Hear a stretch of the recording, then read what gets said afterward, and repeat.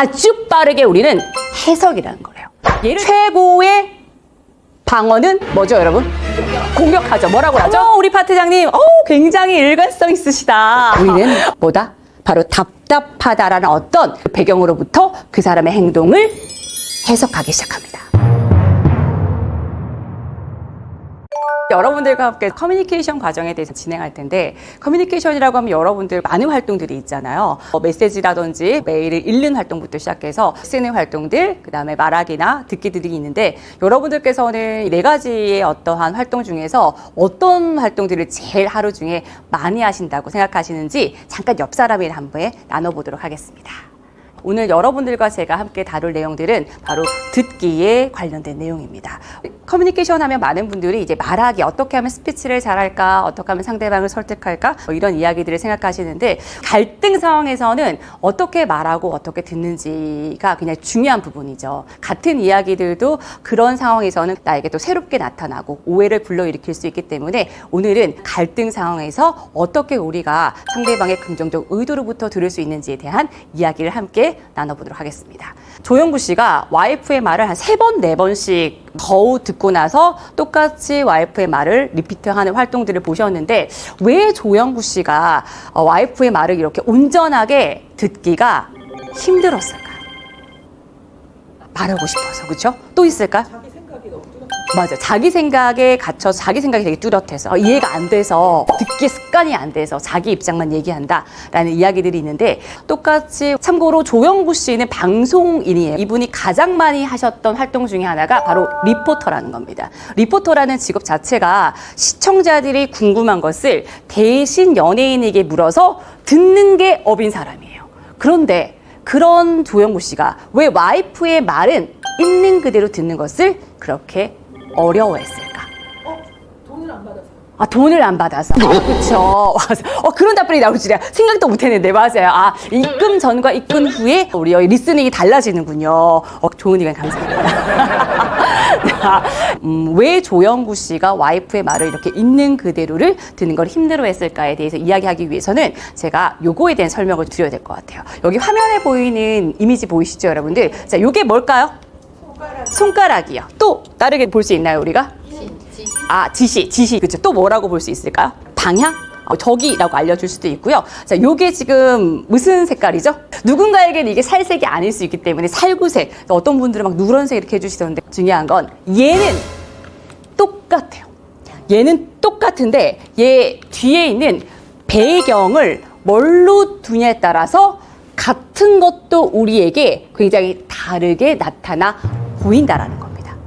여러 가지의 언어들로 얘기할 수 있어요. 프레임이다, 관점이다, 가치다. 저는 여기서 배경이란 단어로 여러분들에게 말씀을 드리도록 하겠습니다. 자, 그러면 얘가 손가락일 때 뒤에 있는 이 배경은 뭘로 뒀을 때 손가락으로 얘가 내 눈에 나타나 보일까요? 얘가 하나일 때 뒤에 있는 배경은 숫자예요. 숫자로 뒀기 때문에 얘가 하나로 내 눈에 나타나 보이는 거예요. 자, 그러면 이게 살구색일 때 뒤에 있는 배경은 뭘까요? 컬러, 그쵸? 컬러라는 어떤 배경을 뒀을 때 얘가 살구색으로 나타나 보인다라는 거예요. 자, 그러면 손가락일 때 뒤에 있는 배경은 뭘까요?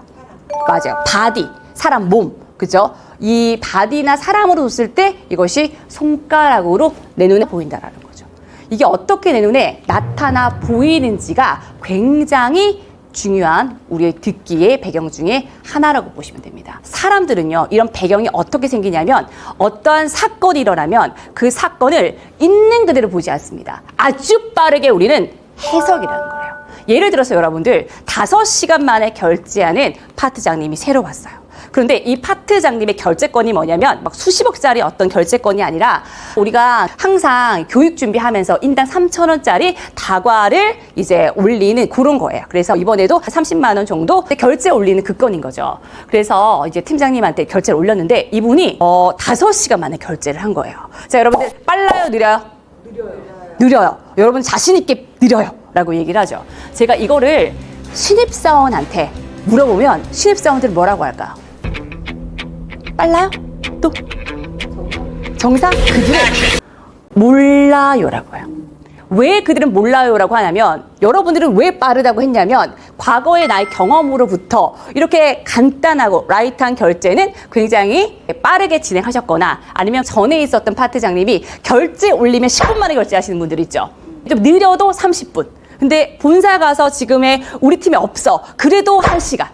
하다못해 오늘은 중학교 딸 졸업식이라서 자리를 비웠음에도 불구하고 3시간 만에 결제하는 파트장님과 일을 하다가 새로 오신 분은 뭘 올렸더니 5시간이야. 그러면 아주 빠르게 우리는 5시간 만에 결제한 것에 대해서 있는 그대로 바라보기보다는 뭐라고 해석한다? 너무 느린데?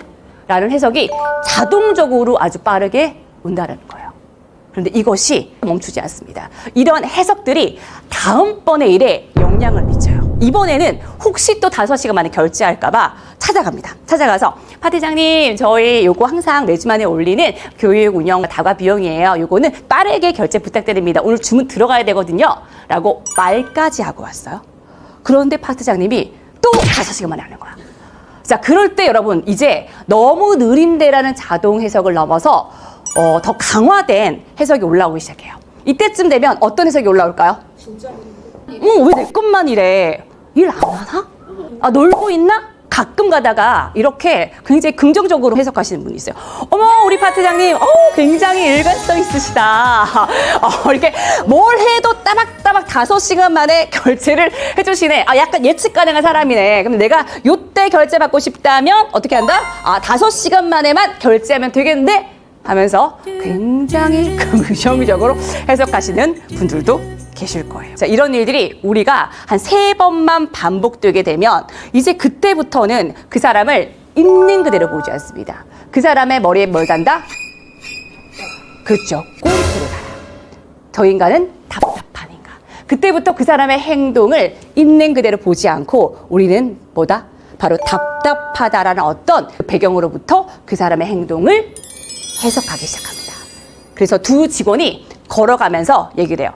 아, 새로운 파트장 있잖아. 굉장히 걷는 것도 답답한 스타일이야. 얼마나 느린지 몰라. 라고 하면 옆에 있는 직원이 뭐라고 하냐면 선배님 걷는 것만 느린 게 아니야. 숨 쉬는 것도 답답한 스타일이야. 라고 말해요. 그때부터 그 사람의 행동은 우리가 있는 그대로 보지 않고 무엇으로 해석한다? 그 사람에게 단 꼬리표로부터 그 배경으로부터 우리는 그 사람의 행동과 말을 해석하기 시작합니다. 한번 보도록 할게요, 여러분들. 분명히 나도 내 주변에서 분명히 나와 관계가 악순환의 관계에 있는 사람들 또는 나와 좋은 관계에 있는 사람들 그 사람들 각각에게 우리는 모두 꼬리표를 달아놨습니다. 자, 그래서 우리가 사람에 단 꼬리표는 같은 상황 같은 어떤 행동을 하더라도 그것을 김철수 대리가 했을 때와 양영희 과장이 했을 때 우린 다르게 해석할 수 있다는 거죠. 그것을 또 다른 말로 고정관념이라고 합니다. 자, 그러면 이 이야기와 아까 조영구 씨의 이야기가 어떻게 연관이 되나요? 조영구 씨는요, 와이프의 말이 자기에게 어떻게 나타났을까를 보는 겁니다. 조영구 씨의 그 상황에서 보면 와이프가 자기 주말에 행사 갔을 때 나는 아기랑 둘이 있으면 너무 외로웠어. 사실 그녀의 의도는 나의 외로움을 좀 알아봐 줬으면 좋겠다라는 되게 의도가 있었어요. 그런데 이 말이 조영구 씨에게는 어떻게 나타났냐면 이렇게 많은 사람들이 있는 데에서 와이프가 나를 틀리게 만든다로 나타난 거예요. 그죠? 이 많은 사람 앞에서 나를 공격한다로 나타난 거예요. 우리가 공격하면 어떻게 돼요, 여러분들? 방어해야죠. 그러니까 뭐라고 해요? 나 그때 행사 갔잖아. 돈 벌러 행사 갔잖아. 놀러 간 거 아니잖아. 라고 방어하죠. 그리고 최고의 방어는 뭐죠, 여러분? 공격하죠. 뭐라고 하죠?